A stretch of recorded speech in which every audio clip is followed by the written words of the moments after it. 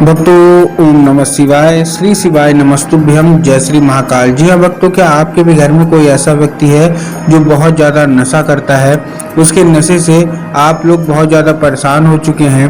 आपको समझ में नहीं आ रहा कि उस व्यक्ति का जो नशा है वो कैसे छुड़ाया जाए। तो आज का ये वीडियो मात्र और मात्र आपके लिए है। बस आज का वीडियो अगर आपने ध्यान से सुन लिया, अच्छे से कर लिया, तो 100% है कि आपके घर का जो कोई भी व्यक्ति है ना, जो कि बहुत ज़्यादा नशा करता है, उसका नशा हमेशा हमेशा के लिए छूटेगा ही छूटेगा। देखिए, अगर आपके घर में कोई ऐसा व्यक्ति है जो कि नशा करता है, उसके नशे के कारण आप लोग बहुत ज़्यादा परेशान हैं, आपको समझ में नहीं आ रहा क्यों? क्योंकि उसके नशे के कारण आपके घर में बहुत ज़्यादा कलह का माहौल है, बहुत ज़्यादा टेंशन का माहौल है, लड़ाई झगड़ा हो रहा केवल और केवल उसके नशे के कारण। तो आपको समझ में नहीं आ रहा, आपने उसके नशे के लिए क्या कुछ नहीं किया। आपने डॉक्टरों को दिखाया, आपने चिकित्सकों को दिखाया, आपने हर एक चीज़ कर ली कि उसका जो नशा है किसी न किसी की तरह चला जाए। आपने बहुत ज़्यादा पैसे भी खर्च कर लिए, दवाई करवा ली, लेकिन उसका जो नशा है वो छूटने का नाम ही नहीं ले रहा। तो आज का वीडियो आपके लिए है। देखिए, पूज्य गुरुदेव की जो कथा होती है ना, जैसा कि आपको पता है कि पूज्य गुरुदेव की कथा में लाखों की भीड़ आती है। और पूज्य गुरुदेव की कथा में जो लाखों की भीड़ आती है, उनमें क्या करते हैं लोग? पत्र के द्वारा अपनी मनोकामना गुरुदेव तक पहुंचाते हैं। आप सबको पता है। तो अभी गुरुदेव की कथा हुई, और जब गुरुदेव की कथा हुई तो उसमें लाखों की भीड़ आई। जब गुरुदेव की कथा में लाखों की भीड़ आई तो लोगों ने क्या किया? पत्र के द्वारा अपनी मनोकामना गुरुदेव तक पहुंचाया। जब गुरुदेव ने क्या किया? पत्र पढ़ा। ठीक, क्या किया? जब गुरुदेव ने पत्र पढ़ा तो उसमें बहुत सारे लोगों की यही मनोकामना थी कि गुरुदेव, हमारा जो घर का व्यक्ति है ना, वो बहुत ज़्यादा नशा करता है, उसके नशे से हम लोग बहुत ज़्यादा परेशान हैं, कृपया करके कोई उपाय बता दें ताकि उसका जो नशा है वो हमेशा हमेशा के लिए छूट जाए।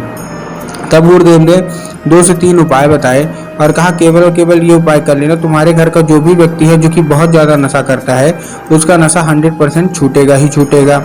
जब गुरुदेव ने ये उपाय बताए तो लोगों ने जाके इस उपाय को घर में किया, और आप विश्वास नहीं मानोगे, मात्र 1 से 1.5 महीने के बाद गुरुदेव की कथा में वापस आए।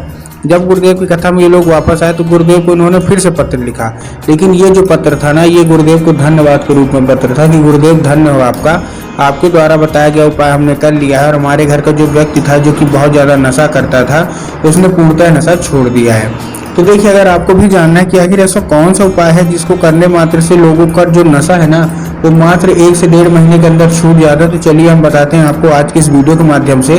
लेकिन उससे पहले चैनल पर अगर पहली बार आए हैं और आवाज़ मेरी पहली बार सुन रहे हैं तो वीडियो को कर दें लाइक, और चैनल को भी कर लें सब्सक्राइब, ताकि पूजनीय पंडित प्रदीप जी मिश्रा के रोज नए नए उपाय जो कि मैं उनकी कथा से सुनता हूँ, श्रवण करता हूँ, सबसे पहले मैं आपको प्राप्त करा सकूँ। ठीक है, पहला जो हमारा उपाय है, इसमें आपको उसी व्यक्ति से कराना है जो कि आपके घर में नशा करता है। ठीक, कोई भी व्यक्ति है, कोई भी है, वो नशा करता है तो आप ये कर सकते हैं। आपको उसको 3 काली तिल देना है और 1 धतूरा देना है। क्या क्या देना है फिर से समझा रहा हूँ, 3 काली तिल और 1 धतूरा। अब देखिए, काली तिल और काली मिर्च में ना बहुत सारे लोग कंफ्यूज हो जाते हैं कि काली तिल क्या होती है, काली मिर्च क्या होती है, हमको थोड़ा क्लियर बताओ। तब गुरुदेव ने साफ साफ बताया कि आपको काली तिल लेना है। ठीक, काली तिल आपने ले लिया। काली तिल लेने के बाद आपको क्या करना है? आपको 1 धतूरा लेना है। धतूरा भी आपने ले लिया। अब धतूरा कहीं से खंडित नहीं होना चाहिए, कहीं से कटा फटा नहीं होना चाहिए, कहीं से खराब नहीं होना चाहिए, इस चीज़ का आपको हमेशा ध्यान रखना है। ठीक, धतूरा आपने लिया। धतूरा लेने के बाद आपको क्या करना है? आपको वो उस व्यक्ति को दे देना है और भेज देना है कहाँ? सीधा सीधा शिव मंदिर। शिव मंदिर पहुँच गया। अब शिव मंदिर पहुंचने के बाद आपको क्या करना है? उसको बोलना है कि दक्षिण दिशा में खड़ा हो जाए और उत्तर की ओर अपना चेहरा कर ले। ठीक, दक्षिण दिशा में खड़ा हो जाए और उत्तर की ओर चेहरा कर ले।